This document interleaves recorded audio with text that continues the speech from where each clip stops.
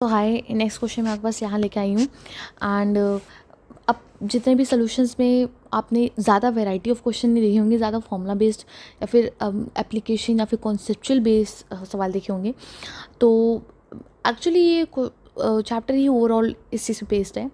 तो जैसे मैंने पिछले सवाल में आपको जस्ट एक फॉर्मूला दिखा दिया था, आपसे रिक्वेस्ट किया था कि आप वो फॉर्मूला याद कर लें क्योंकि वो आपको 4 नंबर दे सकता है। सो सिमिलरली यहाँ पे भी कुछ नहीं पूछा गया, क्वेश्चन में बोला ही गया है कि 2.40 ग्राम ऑफ बाईफिनाइल हम लोग को दे रखा है, उसको मैंने 75 ग्राम ऑफ बेंजीन के अंदर मिक्स कर दिया है। ठीक है, तो ये करने पे क्या होता है, जो मेरा फ्रीजिंग पॉइंट होता है सोल्यूशन का जो फ्रीजिंग पॉइंट होता है वो 4.40 डिग्री सेल्सियस होता है, और जो बेंजीन का जो फ्रीजिंग पॉइंट होता है वो 5.50 डिग्री सेल्सियस होता है।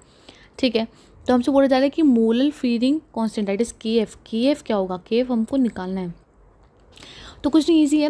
एक ये फॉर्मूला होता है, इसको आपको ध्यान में रखना है कि M B that is molecular weight of B is equals to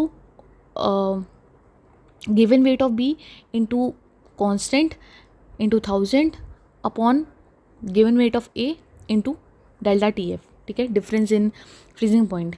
तो डेल्टा टी एफ ऐसे दे ही नहीं रखा है, लेकिन हम उसको निकाल सकते हैं कैसे।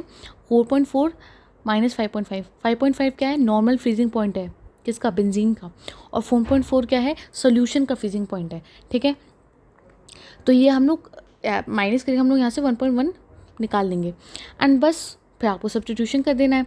ठीक है, एम बी हम लोग को दे नहीं रखा, मतलब हमें पता है कि 154 होगा, निकाल सकते हैं हम लोग, and is equals to 2.40 into K F निकालना है इंटू 1000 अपॉन 75 इंटू 1.1। तो बेसिकली आप पूरे सवाल में देखेंगे ना, तो कुछ ऐसा रॉकेट साइंस नहीं है, इस सस की आपको वैल्यूज़ कहीं ना कहीं हर चीज़ की वैल्यू दे ही रखी है, आपको बस सब्स्टिट्यूट करना है एंड सीधा आपके पास 4 नंबर आ सकते हैं। बस आपको अपनी कैलकुलेशन स्पीड बढ़ानी पड़ेगी एंड कहाँ पे क्या लगना चाहिए वो चीज़ अगर आप एनालिसिस कर लोगे तो ये सवाल पॉसिबल है करना।